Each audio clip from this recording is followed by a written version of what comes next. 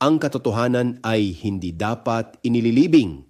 Woe to those who acquit the guilty for a bribe and deprive the innocent of their rights. Isaiah 5:23.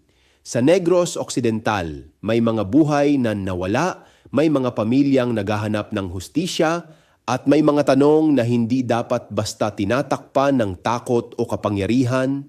Habang may pagluluksa, may panawagan ding ilabas ang buong katotohanan sa paraan ng paghawak sa mga bangkay, investigasyon at proseso ng retrieval. Kapag ang mga patay ay hindi man lang nabibigyan ng malinaw na hustisya, anong mensahe ang ipinapadala nito sa mga buhay? At kapag ang katotohanan ay kontrolado lamang ng may hawak ng armas at proseso, may natitira pa bang tiwala ang bayan? Ako, si Bishop Tonyo, obispong migrante sa Europa, at ito ang Damdaming Makabayan, tinig mula sa laylayan. Hanggang sa muli.